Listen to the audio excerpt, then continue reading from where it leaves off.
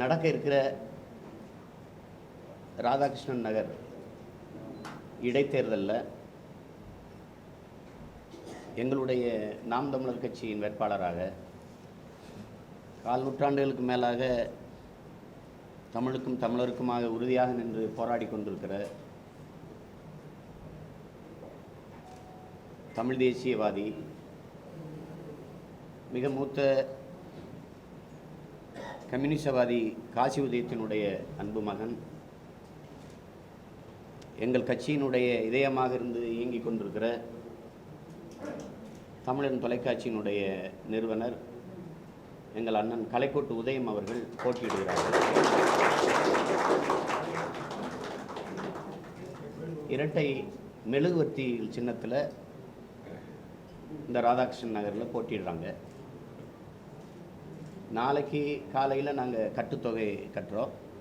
23ஆம் தேதி மாலையில் அந்த தொகுதியில் வேட்பாளர் அறிமுக கூட்டம் வச்சுருக்கோம். அதிலிருந்து தொடர்ச்சியாக தமிழகம் முழுமைக்கும் இருக்கிற நாம் தமிழர் பிள்ளைகள் அந்த தொகுதியில் குவிந்து களப்பணியாற்றுவோம்.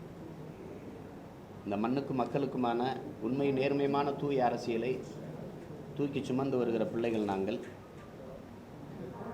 தன்னலமற்று பணம், பதவி, புகழ், போதை எதற்கும் ஆளாகாமல் இந்த மண்ணுக்கு மக்களுக்குமாக உழைக்க வேண்டும் என்ற உயர்ந்த கனவோடு நிற்கிற நாம் தமிழர் பிள்ளைகள். எது என் மண்ணுக்கான அரசியல், எது என் மக்களுக்கான நல்வாழ்வை தரக்கூடிய அரசியல் என்பதை என் மக்கள்கிட்ட எடுத்துக்கொண்டு போவோம். மக்களின் நன்மதிப்பை பெற்று அதை எங்களுக்கான வாக்காக மாற்றுவோம்.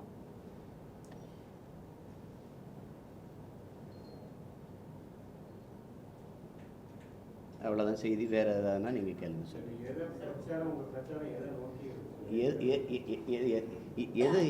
எது பிரச்சனையாக இல்லை சொல்லுங்கள். எல்லாமே பிரச்சனையாக இருக்குது, அதெல்லாம் எங்களுக்கு பிரச்சாரம். முன்னுரிமை இங்கே அடிப்படை தேவையாக இருக்கிற இங்கே இப்போ வாழ்வாதாரத்தில் மிக முக்கியமான உயிராகாரமாக இருக்கிற நீர் பிரச்சனை. 3-4 கிலோமீட்டருக்கு எங்கள் தாய் தங்கையில் குடங்களை போட்டுக்கிட்டு காற்று கிடக்கிற கொடுமையை துடைக்கணும்னு நினைக்கிறோம்.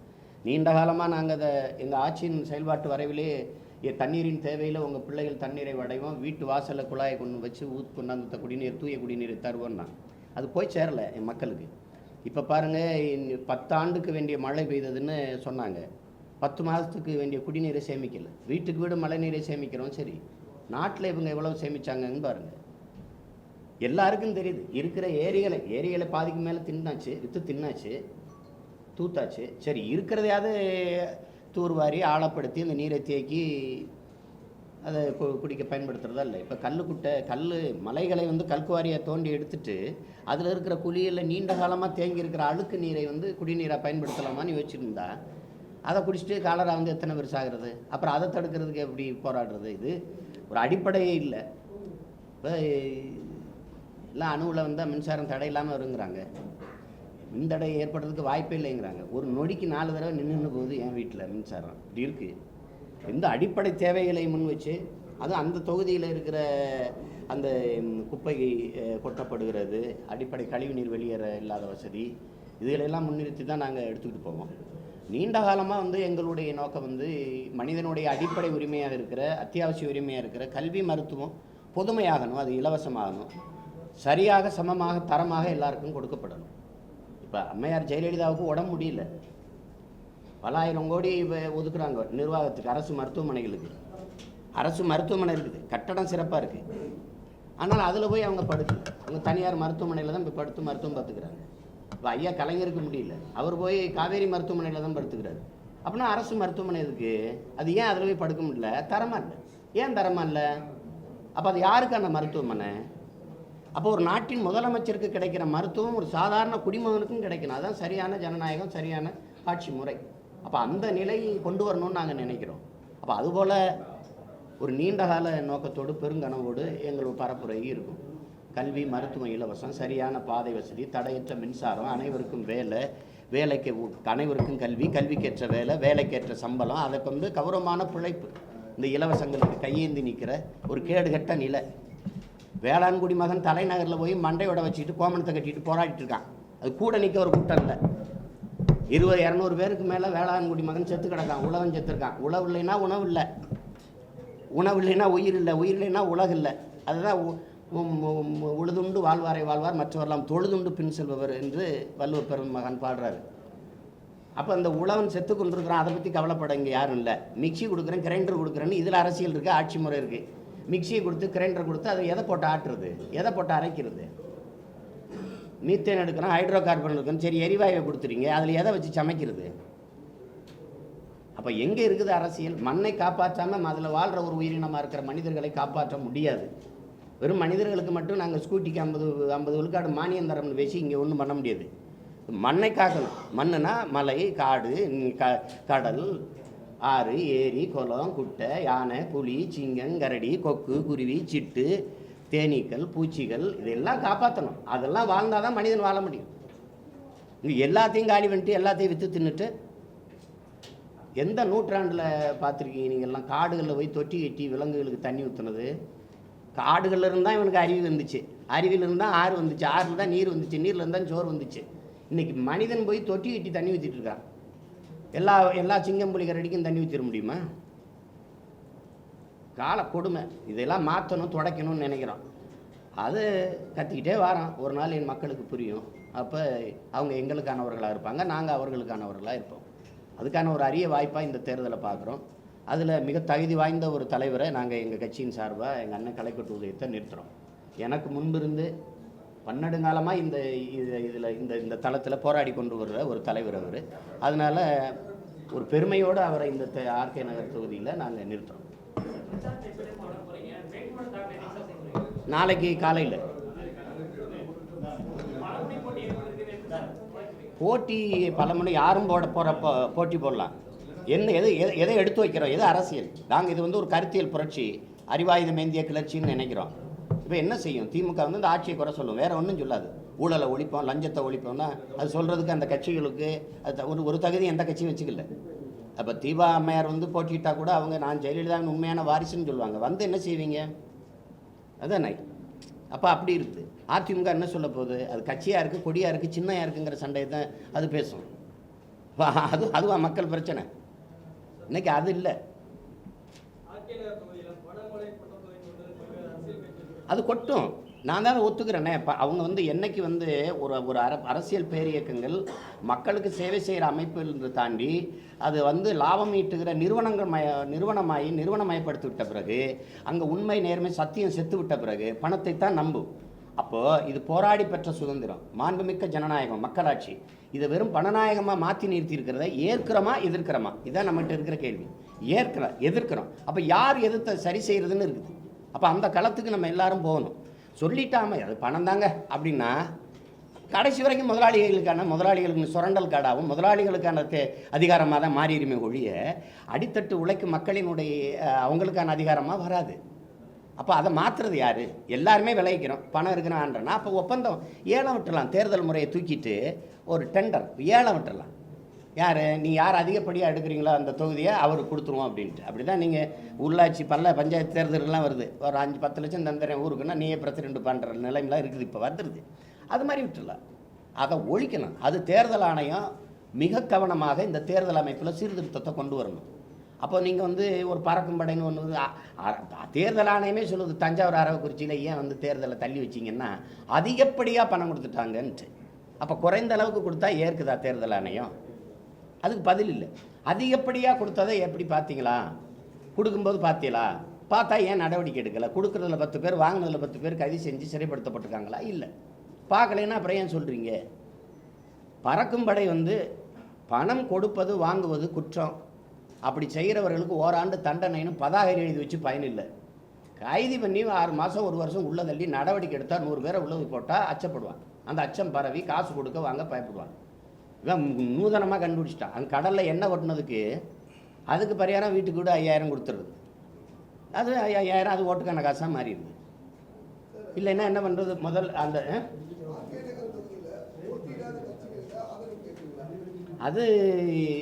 யாருக்கும் ஆதரவே இல்லைன்னு சொன்னவங்ககிட்ட போய் நான் என் கட்சிகளின் ஆதரவை நான் கேட்டு போகல. நான் என் மக்களின் ஆதரவை தான் கேட்டு போகிறேன். அது கட்சிகள் அவங்களுக்கு தெரியணும், இது நல்ல ஆற்றல், இதை ஆதரிக்கலாம் இல்லை ஆதரிக்க வேணான்னு. அதான் அவங்கக்கிட்ட போய் நாங்கள் யாருக்கும் ஆதரவு இல்லைன்னு சொன்ன கட்சிகிட்ட போய் நான் கேட்குறதுக்கு அவ்வளவு தன்மானம் கட்டவே இல்லை. நான் மக்களின் ஆதரவை தான் இங்கே எதிர்பார்க்கிறேன். கட்சிகளை நம்பி நாங்கள் கட்சி நடத்தல அரசியல் செய்யலை. என் மக்களை நம்பி மக்களுக்காக நிற்கிறோம். மக்களிடமிருந்து மக்களுக்காக வந்த பிள்ளைகள். எனவே மக்களை நம்பி போவோம். அந்த கட்சியில் இருக்கிற உறுப்பினர்கள் அவர்களுக்கே தெரியாதா இது எது சரியான அரசியல்? அந்த வாக்கை போடாமல் இருக்கிறதுக்கு இவர்களுக்கு போடலாம்ங்கிற எண்ணம் அவர்களுக்கு வர வாய்ப்பு இருக்கு இல்லையா? எல்லாரும் என் உறவுகள் தானே. அப்படிதான் நான்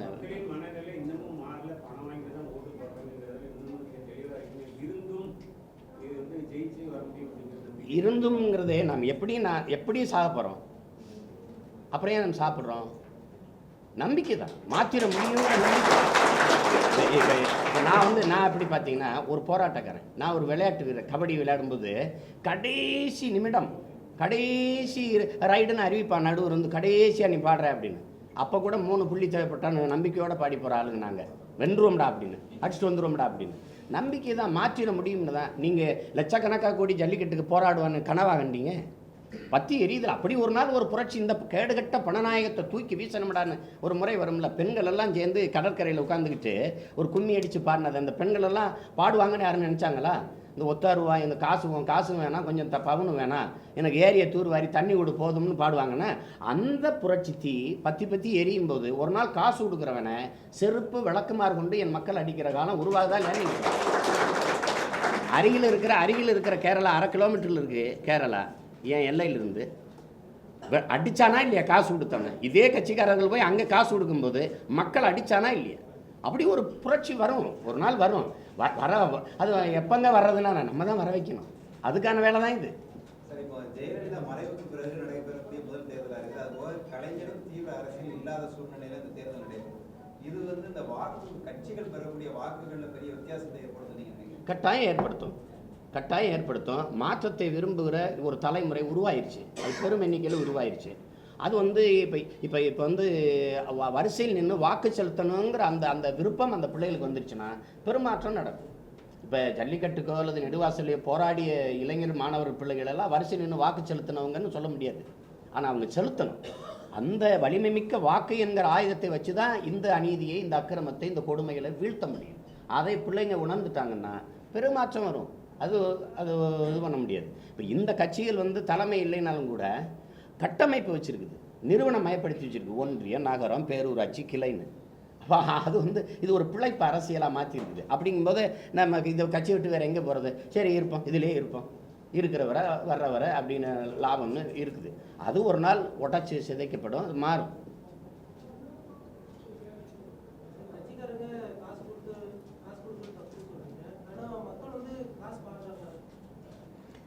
அதாவதுங்க, உரிமையை விற்கிற வறுமை நிலையில் என் மக்களை வச்சது யாருடைய பிழைங்கிறதா? இப்போ மதிப்புமிக்க உரிமைகளை சில ரொட்டி துண்டுகளுக்காக விற்பது என்பது அவமானகரமானதுன்னு அண்ணல் அம்பேத்கர் சொல்கிறார். தங்கத்தை யாராவது தவிட்டுக்கு விற்பானான்னு பேரறிஞர் அண்ணா சொல்கிறார். வாக்குக்கு காசு கொடுக்கிறவன் பாவி, அந்த காசை வாங்கி கொண்டு வாக்கு செலுத்துறவன் தேச துரோகி என்று தெய்வ திருமகன் பசுமன் முத்துராமலிங்க தேவர் சொல்கிறார். இவ்வளவு பெரிய தலைவர்கள் அந்த காலத்திலேருந்தே இந்த வேதனையில் இந்த கருத்துக்களை பதிவு பண்ணியிருக்கிறாங்க. அப்போ வறுமையை, இந்த உரிமையை மதிப்புமிக்க உரிமையை விற்கிற ஏழ்மை வறுமை நிலையில் என் இன மக்களை வச்சது யாரோடைய பிள்ளை? அதுதான் இப்போ இருக்கிற கேள்வி. நான் கொடுக்கலைன்னா வாங்க மாட்டான்ல. என்கிட்ட உண்மை செத்து போச்சு, நேர்மை செத்து போச்சு, அவனை வாயை திறக்க விடாமல் அடைக்கணும், காசை கொடுத்துடும். நீ ஏங்க இந்த ரோட்டை சரியாக போடலைன்னா நீ நோட்டை வாங்காமையா ஓட்டை போட்டாயின்னு நான் கேட்குறேன். அப்போ மக்களுக்கு அந்த தகுதி இருக்கக்கூடாது. என்கிட்ட நேர்மை இல்லை, என்கிட்ட உண்மை இல்லை, என்கிட்ட சத்தியம் இல்லை, அந்த என்னை கேள்வி கேட்குற தகுதியோ உரிமையோ என் மக்களுக்கு இருக்கக்கூடாதுன்னு தான் இந்த வேலையை செஞ்சு இந்த கட்சிகள் ஆட்சிகள் முடிச்சிட்டு. அப்போ இன்னும் ஒரு தலைமுறை தான் நீங்கள் தயார் செய்யணும். மக்களை குறை சொல்லிகிட்டே இருக்கக்கூடாது. பணத்தை வாங்கிட்டு வாக்கு செலுத்துகிற நிலையில் இல்லாத விழுக்காட்டு மக்கள் இருக்கிறாங்க. மாதம் 50,000க்கு மேலே சம்பளம் வாங்குகிற விழுக்காட்டு மக்கள். அந்த மக்கள் வரிசையில் இன்னும் வாக்கு செலுத்த வர்றதில்லை. அது ஒரு கெட்ட வாய்ப்பு. அவர்கள் வந்துட்டால் இந்த பணத்தை வாங்கிட்டு வாக்கு செலுத்துகிற விழுக்காடு குறைஞ்சிரும். இது இந்த பணமே தீர்மானிக்கிற ஆற்றலாக இல்லாமல் மாறிடும். அப்போ அதை நோக்கி தான் நீங்கள் பயணிக்கணும். இந்த பாவப்பட்ட மக்களை 100 நாள் வேலைங்க, 100 நாள் வேலை திட்டம், 100 ரூபா சம்பளம், 100 ரூபாயில் 40 ரூபா கமிஷன் போக 60 ரூபா கிடைக்குது ஒரு நாள் கூலி. 100 நாள் தான் வேலை. ஆனால் மொத்தமாக 10,000 கொடுக்குனா 10 மாத சம்பளம். ஒரு வருஷம் பூரா உழைச்சி அந்த காசு வராது. 10 ஓட்டு என் வீட்டில் இருக்குன்னா எப்படி? 10,000 கொடுக்குறேன், 10 ஓட்டு இருக்குது, 1,00,000 ரூபாய் இருக்குது. அப்போ அதை வச்சுக்கிட்டு ஒரு வறுமையில் இருக்கிற மக்கள் ஏதோ கர்மம் இதையாவது கொடுக்குறானேன்னு. ஆனாலே மக்கள் ஒரு தர்மம் வச்சுருக்கான் பாருங்கள். காசு வாங்கிட்டோம் கை நீட்டி, அது எப்படி போடாமல் இருக்கிறது? அதை அதை என்ன பண்ணுறது? அவன் 5 ரூபா கொடுத்துருக்கான், அவனுக்கு ஒரு 2 போடுவான், இவன் ஒரு 10 ரூபா கொடுத்துருக்கான், அவனுக்கு ஒரு 3 போடுவான். என் மக்கள் உனக்கு போடுறேன்னு சொன்ன வாக்கை காப்பாற்றணும்னு நினைக்கிறான். ஆனால் இந்த தேர்தலில் நிற்கிறவன் கொடுத்த வாக்குறுதியை ஒன்று காப்பாற்றிருந்தா என் மக்கள் கையேந்தி நிற்கிற நிலைமையில நின்றுக்காது. சார், இவர் வந்து வேட்பாளர் வந்து ஒரு தொழில் செஞ்சுட்டு இருக்காரு. அந்த தொழிலுக்கு மிரட்டல்கள் வரும் அரசியல்வாதிகள்னால. அந்த மிரட்டல் வரும்பொழுது மிரட்டல்களுக்கு பயப்படுற ஆளுகளா எங்களை பார்த்தா தெரியுதா? நீ பாருங்க, பல பேர் எங்களை பார்த்தா பயந்துட்டு இருக்கான். நீங்கள் எங்களை பயங்காட்டுறதுங்க. நீங்கள் ஒரு சில கட்சி இந்த ஊருக்குள்ளே இருக்குது, உலகம் பூரா ஒரு கட்சி இருக்குதுன்னா நாம் தமிழர் கட்சி. அப்படின்னா எனக்கு வராத மிரட்டலாம் எங்கள் அண்ணனுக்கு வந்துட போகுது. அந்த மிரட்டெல்லாம் பார்த்துக்கிட்டு இருக்கிற எத்தனை பேர் நாங்கள் இருக்கிறோம்? அதெல்லாம் ஒன்றும் இல்லை, அதுக்கெல்லாம் பயப்படுற ஆள் அவர் இல்லை.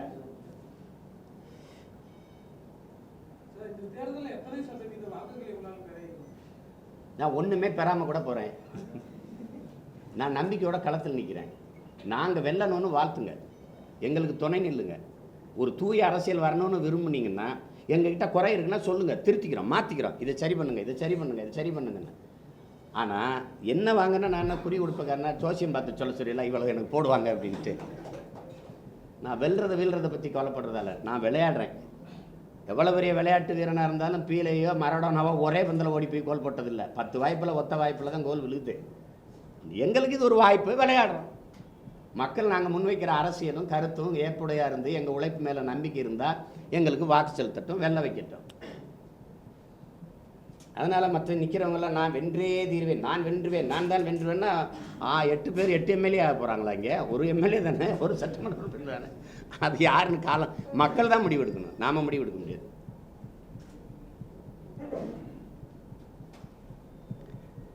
வேறு ஏதாவது கேள்வி இருக்கா? கேளுங்க. எங்கள் அண்ணன்ட்ட எதுவும் கேட்கணுன்னாலும் கேளுங்க.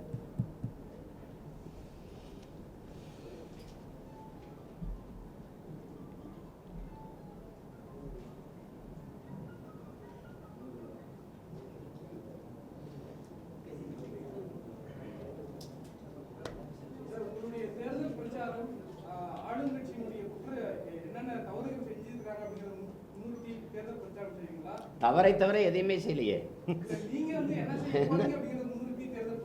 அது வந்து அரசுகள் செய்கிற தவறை, அதை கடந்த கால தவறுகளை சுட்டி காட்டாமல் இருக்க முடியாது. ஆனால் அதையே பேசிக்கொண்டு இருக்க முடியாது. நாங்கள் என்ன செய்ய போகிறோங்கிறது தான் முதன்மையானது. இப்போ வந்து இத்தனை பிரச்சனை இருக்குது. குடிநீர் இல்லை, ஒரு தடையற்ற மின்சாரத்தை தர முடியல. ஒரு பக்கம் வேளாண்மைக்கான போராட்டம், ஹைட்ரோ கார்பன் இருக்கிற போராட்டம், மீத்தேன் இருக்க போராட்டம், அத்திக்கடவு அவிநாசி திட்டத்தை நிறைவேற்றும் போராட்டம், உருக்காலையை தனியாருக்கு கொடுத்துறாதேன்னு போராட்டம், மீனவர் படுகொலைக்கு போராட்டம். இந்த பிரச்சனைகள் எல்லாமே இந்த கட்சிகள் ஆட்சிகளில் எங்களுக்கு வந்தது தான். இப்போ அதை குறிப்பிட்டு பேசாமல் இருக்க முடியாது. இலவசமாக அரிசி போட்டால் தான் அதை வாங்கி சாப்பிட்டு வயிறு வளர்த்து உயிர் வளைக்க முடியுங்கிற ஏழ்மை வறுமை நிலையில் எங்களை வச்சதை தவிர இது ஒன்றும் சாதிக்கலை இந்த கட்சிகள். ஒரு அடிப்படை தேவையான மிக்சி, கிரைண்டரு, ஒரு வேட்டி, சேலை, இதை கூட நாங்கள் வாங்கிக்கிற முடியாத வறுமை நிலையில் தான் இந்த 50 ஆண்டு கால இவர்கள் ஆட்சி எங்களுக்கு இருந்துருக்கு. வீடு கட்டிக்கிற முடியாது, அதுக்கு ஒரு பசுமை, அம்மா வந்தால் பசுமை வீடு, ஐயா வந்தால் ஒரு வீடு, இதுதான காப்பீடு. மருத்துவம் உடம்பு முடியலைன்னா மருத்துவம் பார்த்துக்க முடியாது, ஐயா வந்தால் ஐயா காப்பீடு, அம்மா வந்தால் அம்மா காப்பீடு. இதை ஒழிக்கணும்னு நினைக்கிறோம். அதனால் அதை தவறுகளை, நிகழ்கால தவறுகளை, கடந்த கால ஆட்சியின் முறைகேடுகளை எடுத்து சொல்லாமல் இருக்க முடியாது. ஆனால் அதையே சொல்லி கொண்டு இருக்க முடியாது. நாங்கள் என்ன செய்ய போகிறோம், ஆக்க போகிறோம். நான் தான் சொல்கிறேனே, வந்தால் மருத்துவம், கல்வி இலவசம், உலகத்தரத்திற்கு. உலகத்தில் கல்வியில் முதலிடத்தில் தென்கொரியா, 2வது ஜப்பான், 3வது சிங்கப்பூர், 4வது ஹாங்காங், 5வது பின்லாந்து. இந்த 5 நாடுகளை முந்திட்டு என் மண்ணின் கல்வித்தரத்தை கொண்டு போகணும்னு நினைக்கிறோம். அதுக்கான வரைவெல்லாம் கொடுத்துருக்கோம். நிறைய பேர் கொண்டு போய் சேர்க்க முடியல, ஆனால் இப்போ கொண்டு போவோம். எல்லாமே மாறிட்டுல. இங்கே வர்த்தக பெருமக்கள் வாழ முடியாது. அந்நிய முதலீடு, ஆன்லைன் வர்த்தகம், வலைதள வர்த்தகம் எல்லாம். அவன் என்ன பொருள் விற்கிறேன், மிக்சி கொண்டா, அது மிக்சியாக திறந்து பார்த்தா தான் என்னன்னு தெரியும், ஓடுமா ஓடாதுன்னு. எல்லாமே இதில் வந்து இங்கே இருக்கிற வணிக பெருமக்களை சாகடிக்கிறது. கார்ப்பரேட் நிறுவனங்கள் வந்து பல ஆயிரக்கணக்கான ஏக்கர் நிலங்களை அபகரித்து கொண்டிருக்குது. இப்போ நான் ஒன்று கேட்குறேன். இப்போ இந்த எங்கள் ஊர் கமதக்குடியில் வந்து 5000 ஏக்கர் விளைநிலத்தை பறித்து 20 கிராம மக்களை வெளியேற்றிட்டு ஐயா அதானிக்கு பறித்து கொடுத்துருக்காங்க. ஒரு ஏக்கர் 50,000 தான். 50,000 என் மக்கள் வந்து வறுமையில் இருந்தாலும் சீமக்கருவேல முள்ள வச்சுட்டு அந்த விளைநிலத்தை விட்டு வெளியேறிட்டாங்க. 5000 ஏக்கர் விளைநிலத்தில் 5000 ஏக்கரில் மின்பூங்கா அமைச்சு, சூரிய ஒளியில் மின்பூங்கா அமைச்சு நீங்கள் தயாரிக்கிறீங்க. சரி, இப்போ மின்சாரத்தை குடிச்சிட்டு படுத்துறதா, ஒரு யூனிட் மின்சாரம் அதை கொடுங்க நான் சாப்பிட்டு படுத்துறேன் அப்படியா? இதே மின்பூங்காவை நீங்கள் ஏன் வந்து பயன்படுத்த முடியாத தீவு இருக்குது அதில் அமைச்சிருக்கலாம், கரடுகள் இருக்குது, மலைகள்லேயே வந்து சும்மா வெறும் கற்கள் மூடி இருக்கிற அந்த மலைகள் மேலே மலையை சுற்றி அமைச்சிருக்கலாம். ஜெர்மன்லாம் கடலுக்குள்ளே தான் அமைக்குது, அங்கே அமைச்சிருக்கலாம். விளைச்சலுக்கு பயன்படுத்தாத பரம்பு இடங்கள் எவ்வளவோ கிடக்குது, அதில் அமைச்சிருக்கலாம். அப்போ அந்த மாதிரி ஆக்கப்பூர்வமாக எதையுமே செயல்படுத்தலையே. அதை தான் நாங்கள் கொண்டு போகணும்னு நினைக்கிறோம்.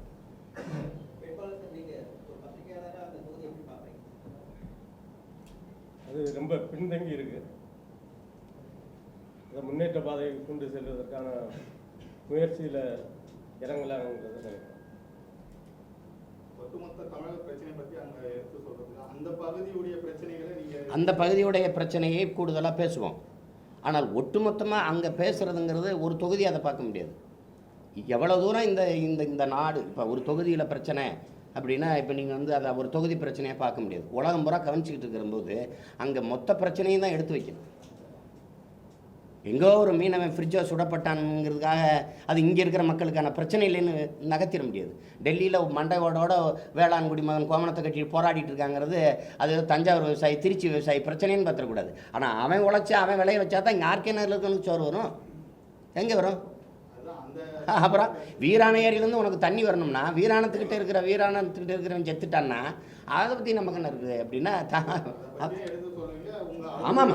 அங்கே இருக்கிற இப்போ எங்கள் கட்சி பிள்ளைகள் வந்து அங்கே வாழ்கிற பிள்ளைகள் எங்களுக்கு எல்லாம் என்னென்ன பிரச்சனை இருக்குன்னு எழுதி கொடுத்துருக்கான்.